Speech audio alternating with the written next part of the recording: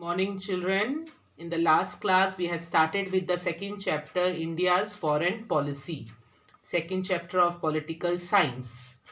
I hope you have understood as this chapter is going to come for your second test, India's Foreign Policy. Now, today we are going to start with, as we have already, I have told you about the stages of Indian foreign policy. So today let us see about the first stages, which is begin from 1947, that is after the independence of India till 1990.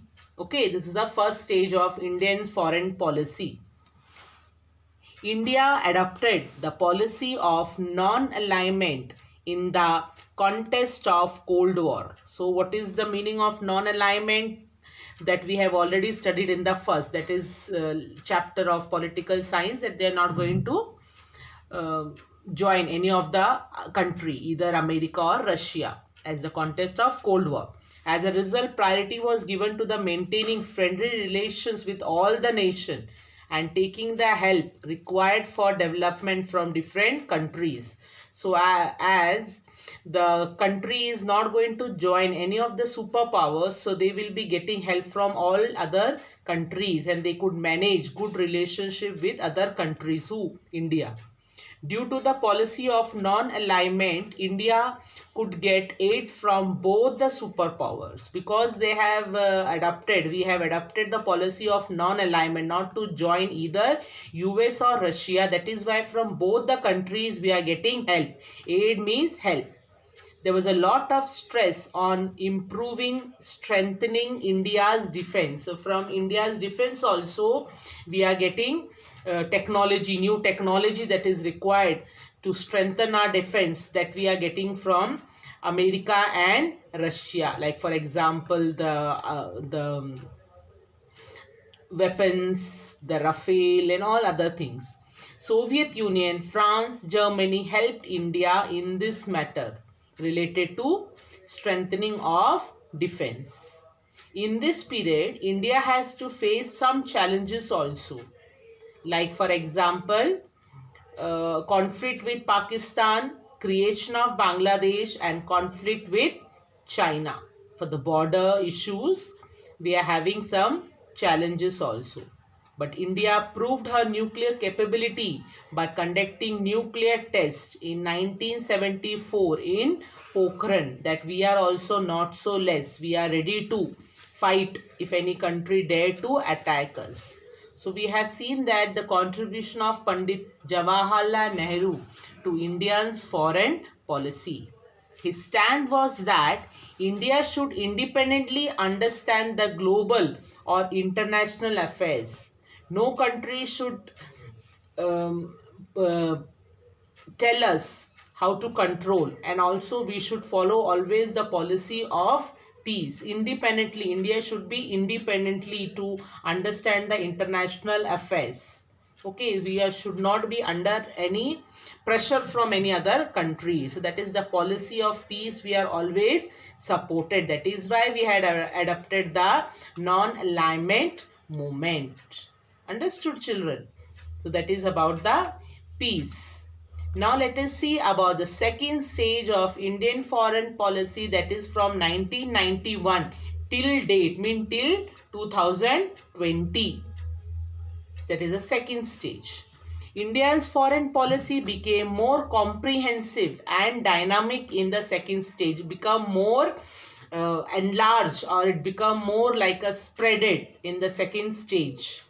Okay, from 1991 till now, about Indian foreign policy. In the post-war period, the priority no longer remained to the political and military relations. So after the Cold War, India and other countries, they don't have relationship with in the political and military, but several other dimensions like economy, trade, education, technology got included in the foreign policy. We started interacting with other countries for education, for trade, for technology. That is, from students from India, they used to go to other countries for studies, trade is going on and all that, isn't that? After 1991, India reduced the government control over the economy, adopted the free market policy. Free market policy means other countries are invited, they are free to do trade with India. No country was restricted to do the trade with India, that is free. The market was open to all the world. Naturally, there was an increase in trade with neighboring countries. A share in the world trade increased. So, as India opened its market for all countries, our economic growth increased.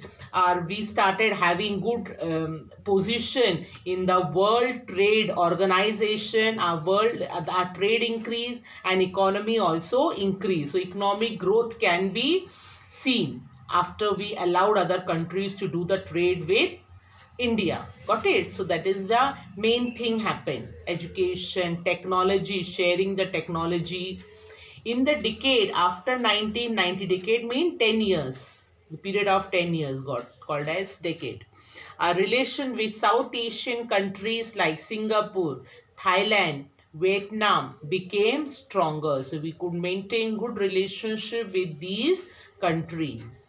A trade exchange with Israel, Japan, China and European Union also increased. So we could do the trade with these countries, export and import. Not only we always import, we export also to things to these countries. India began to participate in organization at the international and regional level more than before, like SAARC, the BRICS, all that. These all the organizations are the G20, BRICS. As I told you, the countries which comprises BRICS are Brazil, Russia, India, China, South Africa. Okay, and G20 also. 20 countries are included in that. So these are relations with America strengthened. Mutual trust also grew between India and America. So India could be a part of big organization. India nuclear policy is important part of Indians foreign policy. It is the main important part, that is about nuclear policy.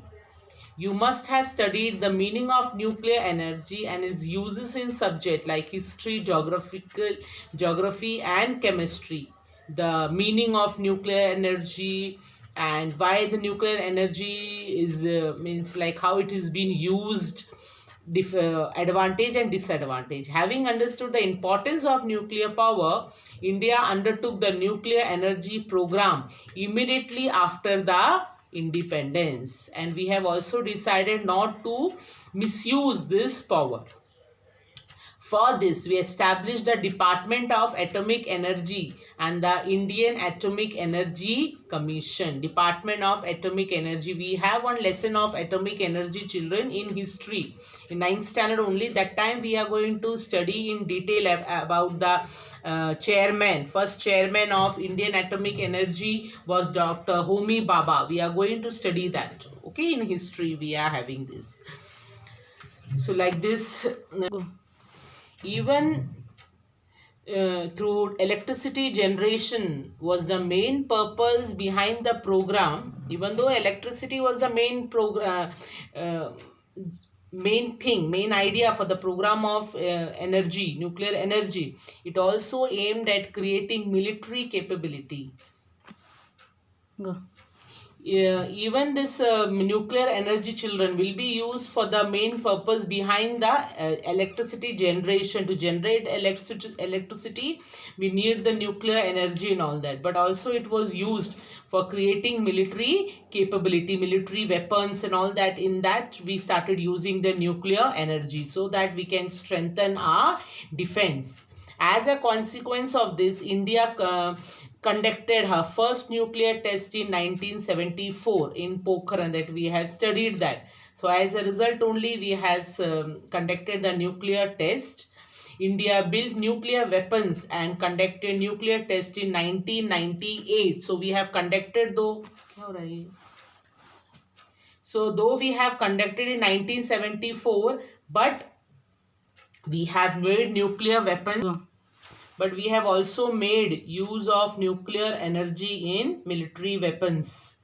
We have also made missile carrying nuclear weapons, and Air Force, Navy have been enabled for carrying them. So this is all for strengthening our defense. We started making use of nuclear energy in Army, Navy and Air Force.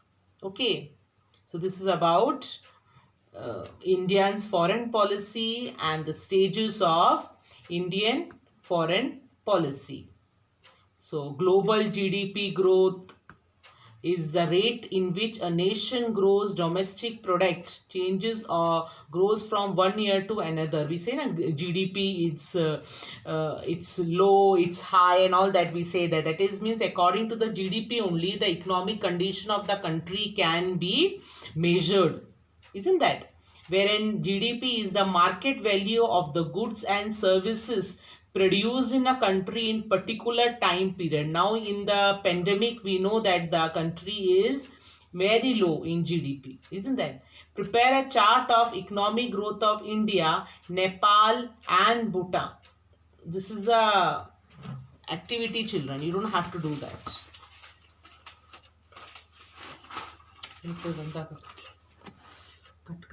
So children, there are so many policies were made after the test of nuclear weapon.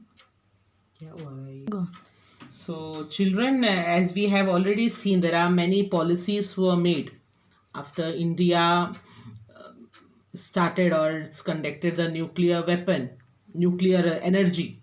So this is there in do you know and all that. So is won't be coming in the paper. Don't worry about that. Okay, the do you know part won't be coming. Only you have to understand about that the nuclear weapon in which year we have conducted, and that's it. And also I want to tell you one more thing, that India also adopted the policy of disarmament. What do you mean by disarmament? Is not to use the weapon at first.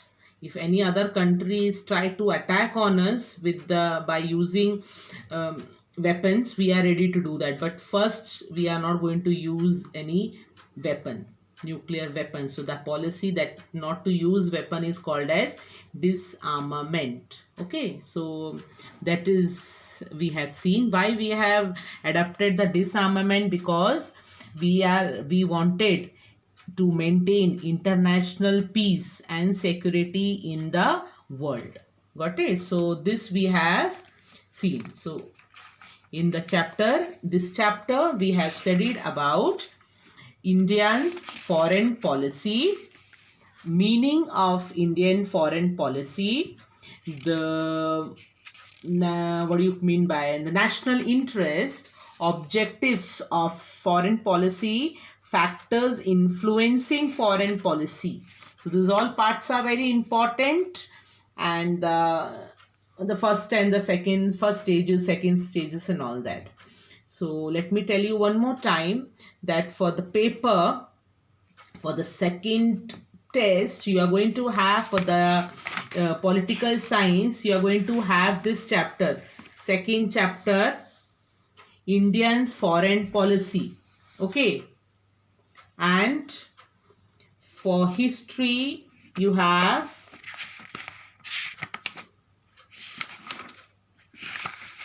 history, children. You have second lesson of history, that is India events after 1960. Okay, only you have 2 chapters for history text, second test, India events after 1960, and political science, second chapter, that is India's foreign policy. Okay, so I hope you have understood this chapter and you start studying for your second test. If you have any doubt, you should ask me. Okay, bye, take care.